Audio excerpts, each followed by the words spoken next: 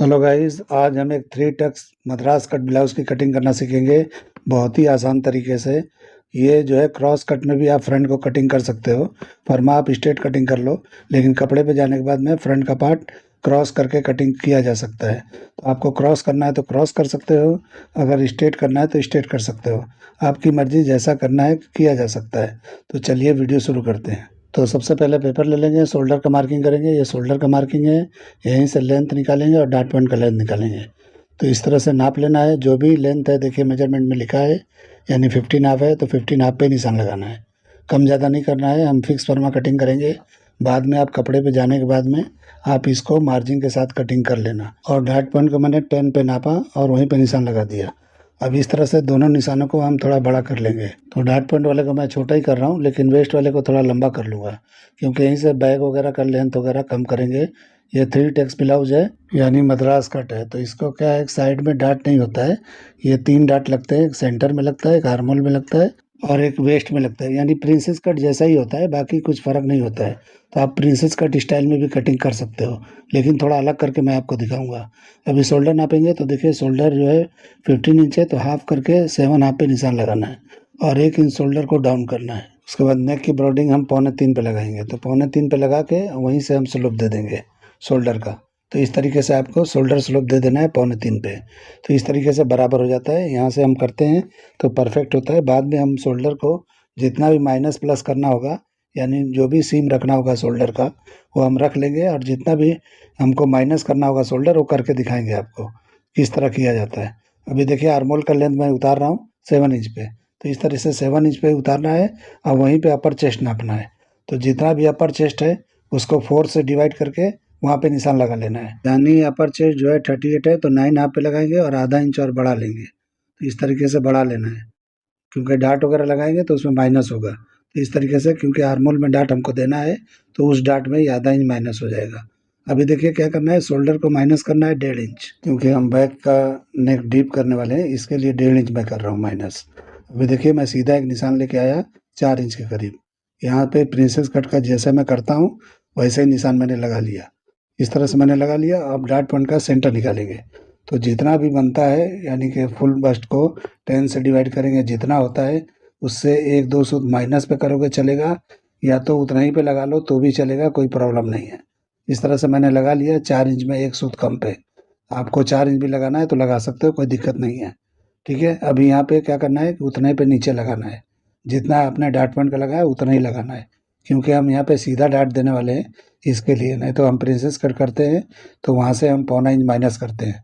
अब ये लाइन को मैंने सीधा कर दिया, जो मैंने निशान लगाया वेस्ट का और डॉट पॉइंट का। अब क्या करेंगे कि यहाँ पे कम से कम 1.25 इंच के ऊपर, यानी 1.25 इंच ऊपर एक निशान लगाएंगे, इस तरह आर्मोल के डाट के लिए। अब एक निशान लगाएंगे सेंटर डाट के लिए। तो ये देखिए मैं यहाँ लगा रहा हूँ 1.25 इंच के करीब, ये भी गैपिंग पे है। अंदाज से ही लगाया जाता है, ऐसा कुछ नहीं होता है कि 1.25 इंच पे लगाना है, 1.5 इंच पे लगाना है, 2 इंच पे लगाना है। यानी कि ज़्यादा दूरी भी नहीं होना चाहिए, ज़्यादा नज़दीक भी नहीं होना चाहिए। तो उस हिसाब से आप लगा सकते हो। जो इसमें कप्स आप लगाओगे, यानी पैड लगाओगे, वो बराबर उस पर बैठना चाहिए, रिंकल नहीं आना चाहिए। उस हिसाब से आपको करना है। बाकी किसी फार्मूले की ज़रूरत नहीं है, आप अपने टेक्निक से अपने तरीके से कर सकते हो। तो देखिए डाट को मैंने क्रॉस लगाया है, तो आपको स्ट्रेट लगाना है तो लगा सकते हो। अभी आर्मोल के डाट को हम लगाएंगे। तो इस तरह से मैंने लाइन लगा लिया। अब यहाँ पे कम से कम 1.25 इंच का आप डाट देना। अच्छी तरह से फिटिंग आने के लिए 1.25 इंच का डाट दो, तो अच्छी तरह से फिटिंग आएगा। अब इस तरह डाट को हम बराबर नाप लेंगे। तो जो भी उधर का सेंटर आ रहा है वही हम इधर इस तरफ भी घुमा के इस तरह नाप लेंगे। तो जैसे मैं नाप रहा हूँ इस तरह से नाप के अगर आप बनाते हो तो परफेक्ट आएगा। अभी हम क्या करेंगे, यहाँ से आर्मोल नापेंगे। तो इस तरह से अंदाज से नाप लेना है। ये छोटा बड़ा है तो निशान को ऊपर नीचे किया जा सकता है, अगर बराबर है तो वहीं पे छोड़ देना है। तो ये लगभग बराबर ही है, हल्का माइनर आ रहा है तो हल्का सा नीचे आप कर सकते हो, तो ये बराबर हो जाएगा। तो देखिए मैं इस तरह से लेके निशान लगा के आर्मोल का शेप दे रहा हूँ, इस तरह से आपको देना है। और बाद में हम डाट को क्लोज करेंगे, बाद में जब कटिंग करेंगे तो उस टाइम पे डाट को क्लोज करके और अच्छे तरीके से शेप देंगे। ये भी यानी कि क्रॉस फ्रंट जिस तरह का शेप आना चाहिए उस तरह का हम देंगे। अब देखिए यहाँ डाट निकालेंगे। तो अगर आपको क्रॉस कट में करना है तो कम डाट लगाना है, यानी 2.5 इंच का टोटल डाट लगा देना है। अगर आप जो है क्रॉस कट में कटिंग नहीं करते हो तो 3 इंच का डाट लगा सकते हो, यानी 1.5 इंच इधर और 1.5 इंच उधर। तो उस तरीके से आप समझ के कर लेना। तो देखिए शेप मैं कैसे लगा रहा हूँ, बिल्कुल स्ट्रेट नहीं लगा रहा हूँ, हल्का सा शेप में लगा रहा हूँ, ताकि इसमें पैड वगैरह लगाना है यानी कप्स लगाना है तो अच्छी तरह से बैठ जाए और डार्ट में कोई पॉइंट ना आए, उस हिसाब से थोड़ा शेप में लगाना है। अब देखिए सेंटर का जितना ही पार्ट है उस तरह से टर्न करके घुमा के वो माइनस करके इधर लाएंगे और जो भी वेस्ट है यानी 34 है उसको 4 से डिवाइड करेंगे और वहीं पे निशान लगा लेंगे इस तरीके से। तो जो भी वेस्ट है उतने पे निशान लगा लेना है और यहाँ से कम 1.5 इंच माइनस पे यानी यहाँ पे माइनस कर लेना है। इस तरह से निशान लगा लेंगे 1.5 इंच माइनस पे। तो इस तरीके से मैंने निशान लगा लिया। अब साइड को भी बंद करेंगे और नीचे के वेस्ट को भी हम बंद कर देंगे। अभी मैंने आर्मोल का एक डार्ट नहीं लगाया है, जैसे कि एक तो ऊपर की तरफ किया हूँ मैं, नीचे का मार्किंग नहीं किया हूँ, तो भी हम कर लेंगे। तो लगभग ये प्रिंसेस कट जैसा ही दिखेगा। अब ध्यान से देखो ये प्रिंसेस कट जैसा ही दिखता है। तो इस तरह से प्रिंसेस कट में भी ये 3 टक्स ब्लाउज यानी मद्रास कट आप कटिंग कर सकते हो। थोड़ा मैंने चेंजिंग करके बताया है, लेकिन आप सेम प्रिंसेस कट पे भी कटिंग किया जा सकता है। देखिए अभी मैं डार्ट लगा रहा हूँ ऊपर वाले का, लेकिन प्रिंसेस कट में क्या होता है कि बराबर शेप यानी कि एक दूसरे से मैच करके होता है, डार्ट की तरह नहीं दिखता है, अलग अलग पार्ट दिखता है और ये डार्ट की तरह है, बस इतना ही फ़र्क है, बाकी सेम है। अभी देखिए शोल्डर का सीम जितना भी रखना है आप अपने हिसाब से रख लेना। मैं अपने हिसाब से 2.25 पे रख लिया। अभी नेक का डिप 8 इंच है तो 8 इंच पे हम निशान लगाएंगे और वहाँ से जो भी नेक आपको देना है, राउंड देना है, वी देना है, पान नेक देना है, पंचकोनी नेक देना है, स्वीट हार्ट नेक देना है, जो भी नेक देना है आप दे सकते हो। तो आपकी मर्जी है, आप जो भी नेक देना चाहो आराम से दे सकते हो।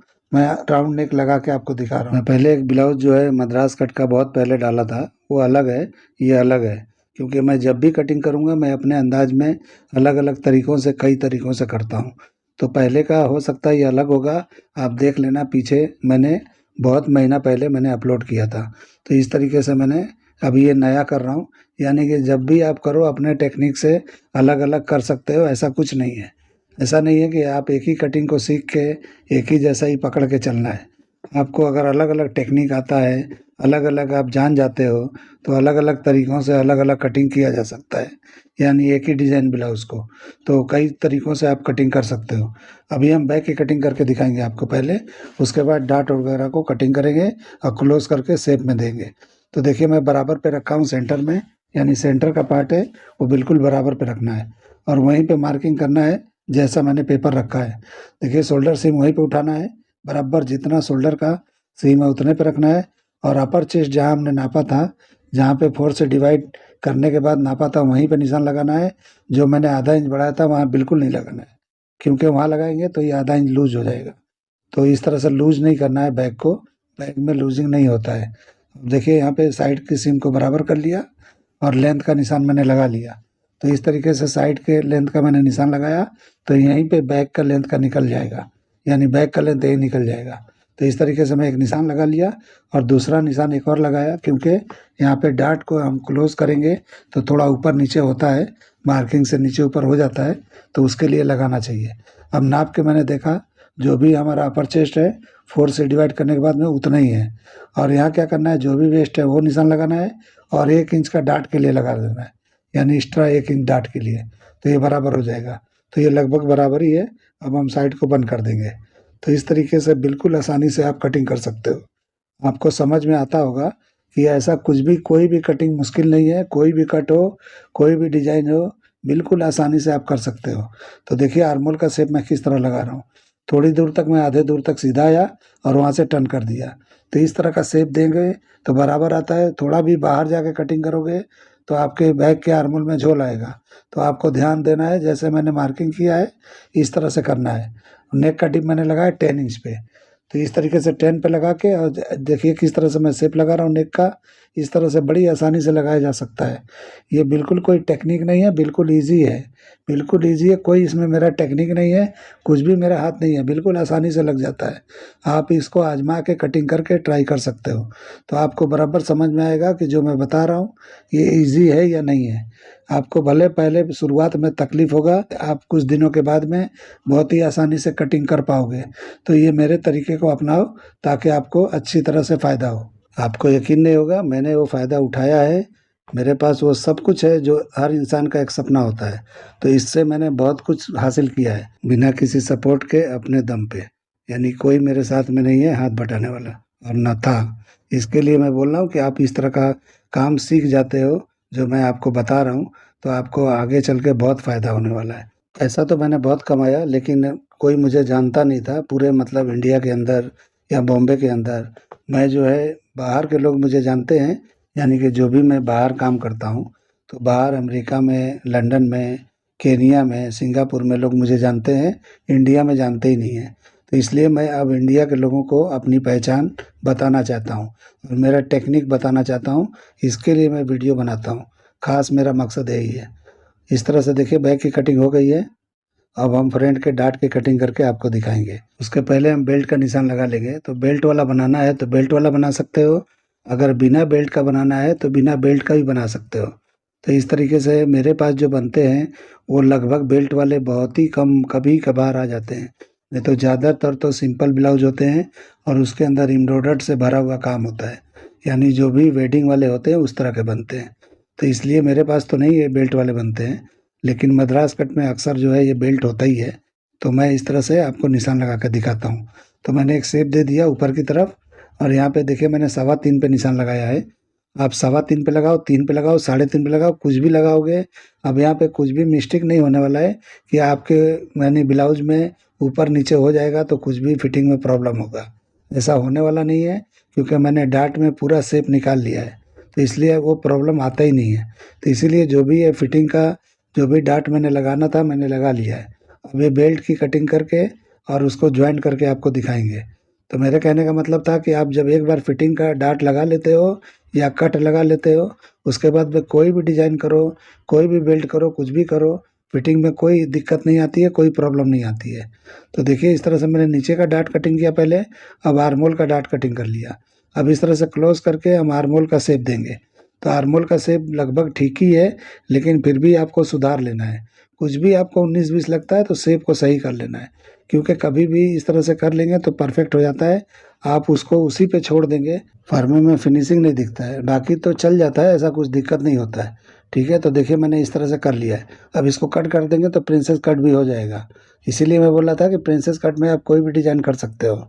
तो देखिए यहाँ पे मैंने उस तरफ का बेल्ट कटिंग कर दिया और साइड के सीम की तरफ का अब इधर चिपका लेंगे, और ये बेल्ट के शेप को अच्छी तरह से कटिंग कर लेना है। तो चिपका के कटिंग करोगे तो कुछ भी छाटने उटने की जरूरत नहीं पड़ता है।